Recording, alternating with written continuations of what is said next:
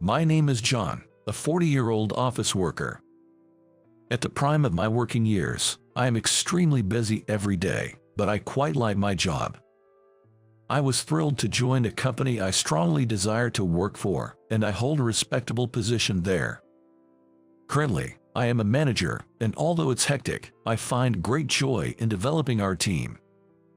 Managing can be quite a challenge, but I believe it contributes to the company, so I dedicate myself to my duties every day. However, due to this lifestyle, my eating habits have become rather poor. For breakfast, I just drink instant coffee at home, skipping food altogether. Sometimes I drink vegetable juice I have stored, deceiving myself into thinking it's healthy. For lunch, I avoid a crowded company cafeteria and nearby diners, as they can be quite expensive. In a way, I am frugal, but some might call me stingy. Thus, I often cut back on lunch, sometimes only having 2 sandwiches. Evenings, since I'm alone, I usually buy some simple pre-made dishes. There's a 24-hour supermarket near my home, so I can stop by even after working late. The reason I'm alone at night is that I'm single. Though single, I'm actually divorced, not someone who has never been married. In the past, my wife grew tired of me and we divorced. At some point, due to my busy work life, I started feeling extremely fatigued, to the point of struggling to get up. Occasionally, I cough or feel chest pain. I suffered from asthma as a child, so I wondered if it had returned. However, there was no wheezing characteristic of asthma, nor did I feel like my airways were constricted. I thought it might be an overreaction. I really dislike hospitals and try to avoid them as much as possible. Hospitals are full of elderly people and waiting rooms are too crowded, making me feel worse just by being there. Plus, during flu season, I don't want to catch anything from others. I know I should go to an allergy or respiratory clinic, but finding a good doctor seems like such a hassle. Therefore, I was always clearing my throat, which made others worry about me. Some might even wish I wouldn't spread my illness to them. One day, there was a health check at my company, which I reluctantly attended. I've gained a bit of weight recently, so I dreaded being told to improve my diet for being overweight. Despite being frugal, I often drank alcohol with discounted burger and fries at night, so it was natural to have a belly. At my age, it's not unusual to have a bit of a beer belly. Still, I thought I was doing better than my colleague, James, in that regard. Later, I received my medical checkup results. Seeing the words "needs further examination" on the paper made me nervous. Oh no, I thought, something must be wrong with me. I'm aware that I don't lead a healthy lifestyle and that my habits are far from ideal. I thought the persistent cough and chest pain might be a recurrence of my asthma. So, I reluctantly visited a nearby respiratory clinic. It was at West Respiratory Clinic, a relatively new facility. As I waited in the reception area, I was called in for my consultation. After some questioning and a basic examination, Dr. West said something concerning. "This is a bit. Is something wrong? There's a white shadow on your chest X-ray. John, you don't smoke, right?" "No, I never thought about smoking since I had asthma when I was young and a weak respiratory system." "I see. Well, it's unlikely to be COPD, and blood tests ruled out an infection, so you should have a more detailed examination." "I see. I'm afraid it might be a serious illness." "What?" "I can't say for sure at this moment, but it's better to suspect cancer just in case." "That's unbelievable," I muttered. Dr. West said this and wrote me a referral to a general hospital. I think Dr. West was almost certain of the diagnosis. And deep down, I had a sneaking suspicion too. But I couldn't understand why I, who never smoked, would get lung cancer. I knew not every lung cancer patient is a smoker, but I never thought I'd get it. Despite my unhealthy lifestyle, I irrationally believed I would always be healthy. I took the referral and went to the general hospital on the scheduled day. I've been here before for asthma as a child, but I hate it for its crowdedness. Hearing that billing alone can take 30 minutes, I was irritated after registering. Despite having a referral, I ended up waiting an hour and a half. This being a major city, it's understandable due to the population. The hospital's proximity to new housing areas probably contributes to the high patient turnout. Upon entering the first consultation room, I was greeted by Dr. Davis, who appeared quite young. He looked to be younger than me, probably around 35 years old. I couldn't help but worry about his youthfulness. Somehow, I had always felt more comfortable with doctors in their 40s or 50s, seasoned veterans. "Hello, I'm Tom from the respiratory department. You're John, right? Have your symptoms improved?" "No, I feel like they're getting worse." "Do you feel short of breath?" "Yes, a bit. I thought it might be asthma again." "You have a history of asthma from childhood, right? Let me listen to your chest and back." Dr. Davis listened to my chest with a stethoscope. Asthma is usually easy to detect by listening to the back. No wheezing and no retraction of the ribs. Let's do a detailed examination. Order for chest CT, MRI, and this too, please. Dr. Davis gave instructions to the nurse. I was familiar with CT scans, but I was nervous about what else they would do. I hate painful procedures, and the thought of another blood test was disappointing. Dr. Davis looked young but was gentle and calm in his approach, not the type I disliked. I always thought doctors were intimidating and arrogant, but Dr. Davis felt more like a monk. He was bald, which made me wonder if he was helping out at a family temple on his days off. I recently read a book on mental care by an author who was both a psychiatrist and a monk. Juggling two roles must be busy, but medicine and religion might intersect in some ways. After all, religious rituals like funerals often follow hospital deaths. Lost in such irrelevant thoughts, I went into the MRI machine, the loud noise almost driving me crazy. CT scans felt like being sliced, which was unpleasant. Lying there, I thought about dinner and work. Then I waited in the reception area again, but this time it was only for about 30 minutes, which felt relatively better. Being in such a busy hospital can numb your sense of time, making 30 minutes seem reasonable. When I entered the consultation room again, Dr. Davis's usually calm face seemed tense. I sat down, fearing the worst. "As Dr. West pointed out, there's a shadow in your lungs," he began. "Based on the CT, MRI, and blood tests, it's clear it's neither asthma nor COPD. This is chronic obstructive pulmonary disease, common among smokers, but you don't smoke, John." "Then, what illness do I have?" Tentatively, I asked Dr. Davis a question, and he swiveled his chair away from the monitor to face me directly. Seeing his intense gaze, I swallowed hard. "Please remain calm, but you have lung cancer," he said. "What? It's quite advanced. We need to start treatment immediately. However, this is crucial. Your lung cancer is already in its final stage, so it's important to decide how far you want to go with the treatment." "So, you mean I need to start treatment right away, or else I'm going to die?" "Well, yes, that's correct," Dr. Davis responded. "I can't believe this is happening. I never imagined I would get lung cancer. I don't even smoke. Smoking isn't the only cause. I understand it's hard, but you must not turn away from reality. Let's discuss your treatment options together." "Yes, but what should I do? I've never been told I have cancer before. It's shocking for anyone, but your cancer has already progressed significantly, so before we proceed with treatment, you need to make some personal decisions." "My own decisions? What have I been doing all my life? I haven't accomplished anything yet. I still want to climb higher in my career. This is just too much. I haven't left anything behind. What does a slight promotion mean? Does it make me anything more than a miserable person? I hate this, all of this." I told Dr. Davis this, raising my voice, probably shouting. I must have been shouting. But Dr. Davis, in a composed manner, said to me, "That's not the case. You surely have things left to accomplish. We, as doctors, will commit fully to your treatment.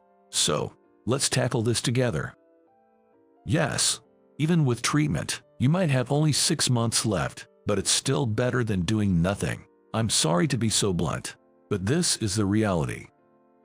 Just 6 months. I was given my prognosis. Am I going to heaven? Or perhaps to hell? I don't know, but it seems there's no hope for survival. By the way, how about your family? You're still young. It must be a shock to them. My parents are no longer with us. They died in a bus accident when I graduated from college. The bus accident. Do you know of it? Yes, I'm aware of it. My parents were on that bus. They were coming to visit me when I moved here for a job, and then the bus overturned. There were many casualties, and my parents never returned. I'm so sorry to hear that. I shouldn't have asked. My apologies. No, it's okay. I brought it up. Then, do you have any siblings or a spouse to rely on? I'm an only child, cherished and raised by my parents, and I'm divorced, with no wife or children, truly alone. I told Dr. Davis, who looked very sad. He probably felt pity for me, facing the afterlife alone. I thought doctors, having witnessed many people's end, would be used to it. But Dr. Davis genuinely worried about me, suggesting treatments and hospice care. During all this, I felt dazed. Despite Dr. Davis's earnest explanation, nothing registered in my mind. I understood he was speaking, but couldn't comprehend what he was saying. Me, with lung cancer, and in its final stages. On the way home, I let out a dry laugh. Muttering to myself, a passing high school girl said, "That's scary." A man like me, muttering alone, with a vacant look, must seem creepy and scary. But at that moment, I was too preoccupied with my future to care about anyone's comments. Work was a major part of those thoughts. My life has been devoted to work. It's not an exaggeration to say I've dedicated my life to it. Next month, a new project starts, with my subordinate Bob playing a key role. If Bob fails, it's also my responsibility as his mentor. Plus, there's a proposal due the day after tomorrow, adding to my cluttered thoughts. I was worried about what to say to my company. I don't have long to live. No matter how hard I try in treatment, I won't make it to retirement. Today, I used my company's paid leave for the first time to go to the hospital. I used to save my paid leave for more meaningful things and tried not to take it, but with recent labor laws, I had no choice. I thought of myself as a corporate slave. While the company itself is healthy with good communication, I chose this path and achieved my current position. That's exactly why I couldn't bring myself to say something like, "I have cancer, so I need to reduce my workload or please prioritize my health." It was a matter of pride as an office worker, or rather, just my silly ego. The next day, I went to the office. I informed the HR department and my direct supervisor that I had terminal lung cancer. They both looked shocked and cast pitying glances my way. Being pitied like that just made things harder for me. I wished they would treat me as usual, but I knew that was impossible. It's difficult not to feel sorry for someone who you know doesn't have much time left. After that, I continued to work as usual. But the cancer took its toll, causing pain and making it hard for me to concentrate on my work. I also suffered from side effects of the medication, frequently experiencing vomiting and diarrhea. My hair started falling out, and my once thick head of hair began to thin, revealing my scalp. At 40 years old, I used to have thicker hair than my peers and colleagues of the same age, but it gradually thinned to the point where my scalp was visible. I remember being horrified when I woke up and found clumps of hair on my pillow. So, I ended up using a lot of lint rollers. Hair was falling everywhere, and I found myself having to clean daily with adhesive lint rollers. I can't take it anymore. Why do I have to endure such hardship every day just to continue treatment? I hate radiation therapy. I'm just a burden to everyone at work, and they all pity me. What am I doing? I want to end this. There's no point in living anymore. After all, I'm going to die soon.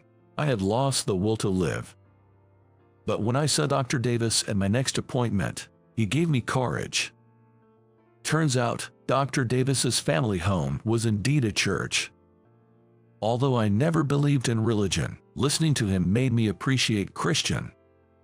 So, I read a beginner's book on Christian and found it surprisingly interesting.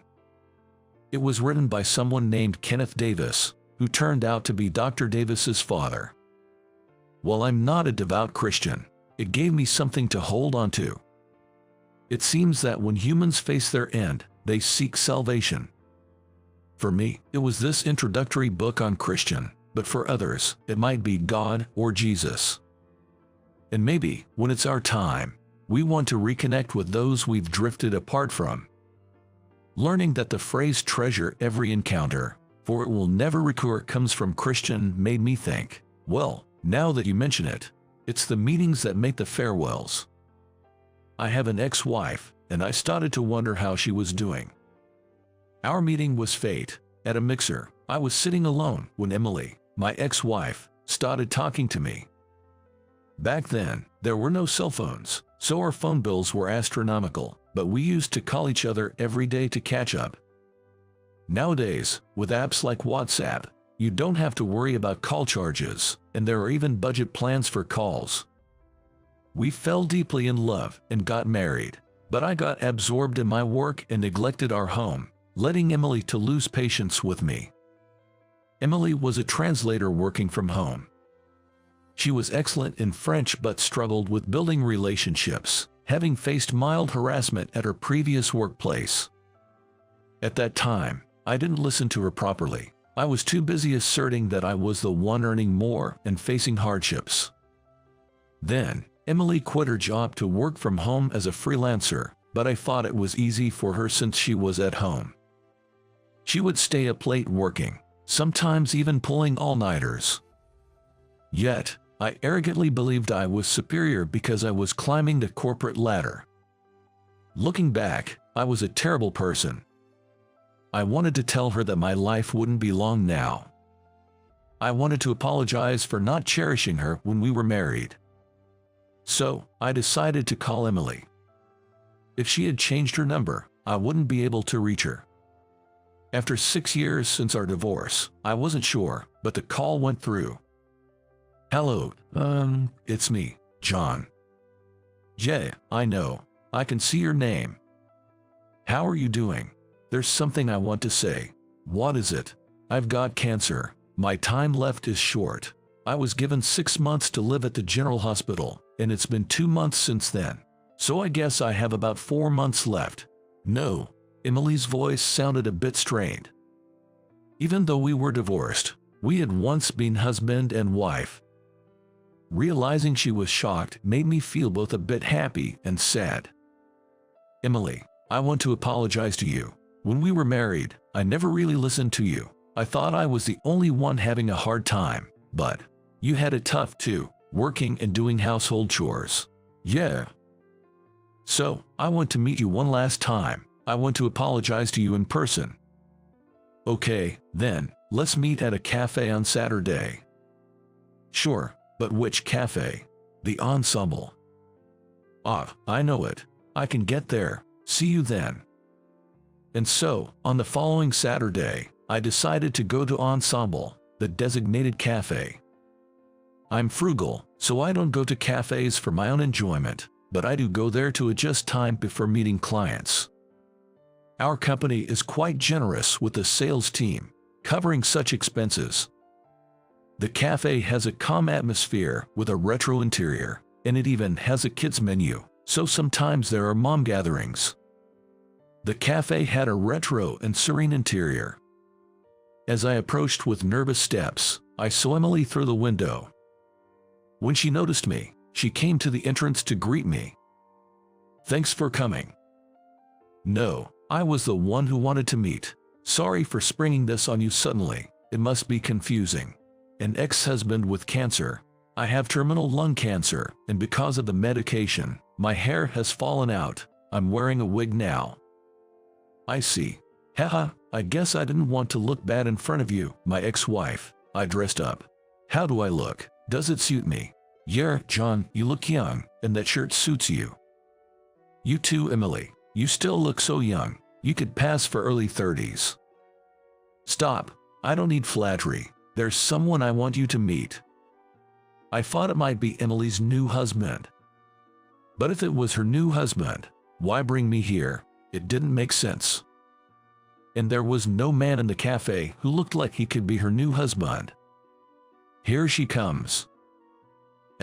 Look, over there.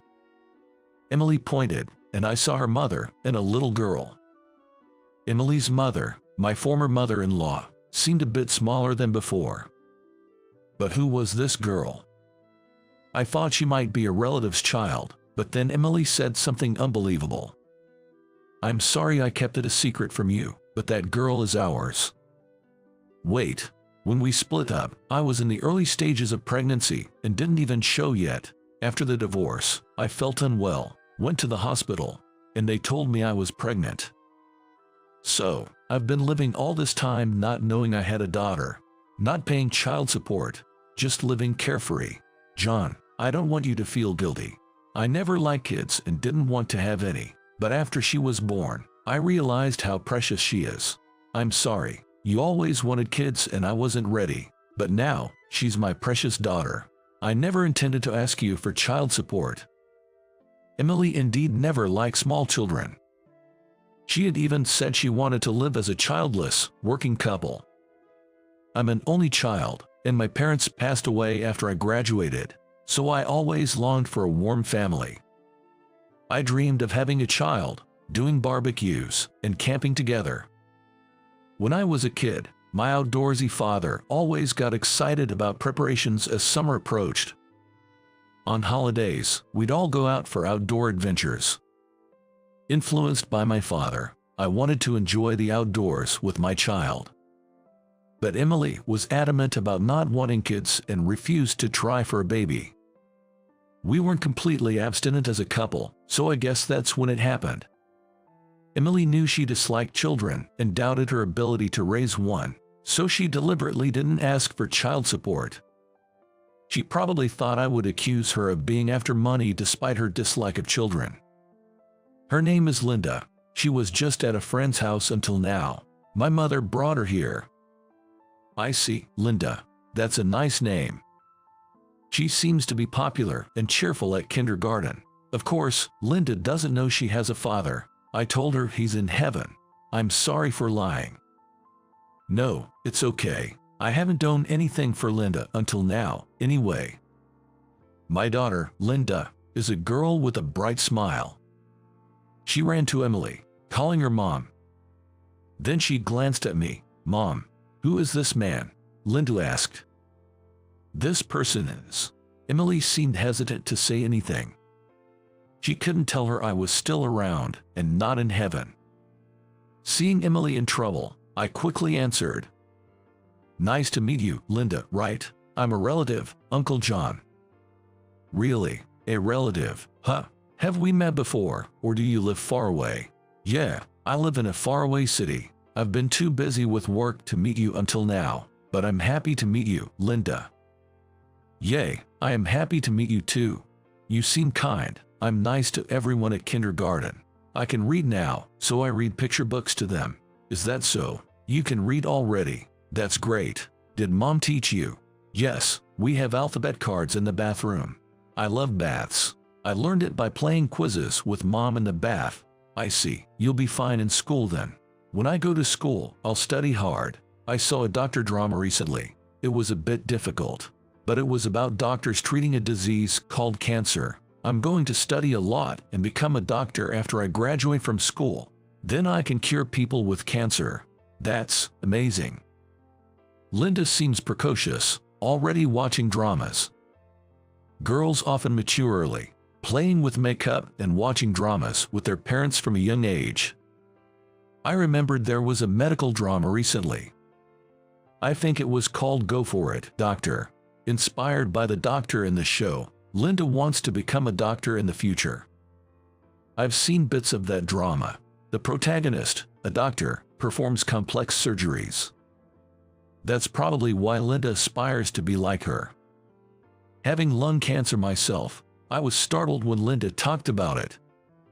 I thought she might know about my cancer and was saying this because of it, but Linda isn't supposed to know, so that's unlikely. If Emily had told her, it's passable, but I don't think Emily would do that. She was just innocently sharing her dream. When's your birthday, John? I'm good at drawing, so I'll draw a portrait for you. Come on. I won't be here for my next birthday. I probably won't be in this world by then. I forgot when my birthday is. That's weird. How can you forget your own birthday? Well, I'm old now, so. Mom, you remember your birthday, right? Yes, I do. My birthday is soon. It's June 20th. Is that so? That's practically next week, I thought. I hadn't prepared a gift for my daughter Linda. After all, I didn't even know I had a daughter. Then, maybe I should prepare something for Linda. What would you like, Linda? I want a daddy. My daddy went to heaven, Mom said. She said he's in the sky and we can't see him anymore, right, Mom? Yes, that's right. But, you know, I still want a daddy. All my friends have dads who play with them. I don't have one, so no one can give me piggyback rides. I see, but you can't really buy dads at a store, can you? Dads for sale at a store. That would be weird, John. I think my smile was a bit strained. My heart felt unbearably heavy. I can't blame my ex-wife Emily for lying. After all, I was the one who neglected our family and didn't listen to Emily, leading to our divorce. And now, I can't just arrogantly say, then, I'll be your dad, or I am your dad. It felt like my heart was about to burst, so I brushed it off lightly. Then, Linda laughed heartily. Her smile was somehow bittersweet, increasing the ache in my chest. This pain wasn't from my illness. While my lung cancer does cause chest pain, it was Linda's words that made my heart feel crushed with sorrow. Then, I can't be a dad, but if you're okay with me, let's go play now.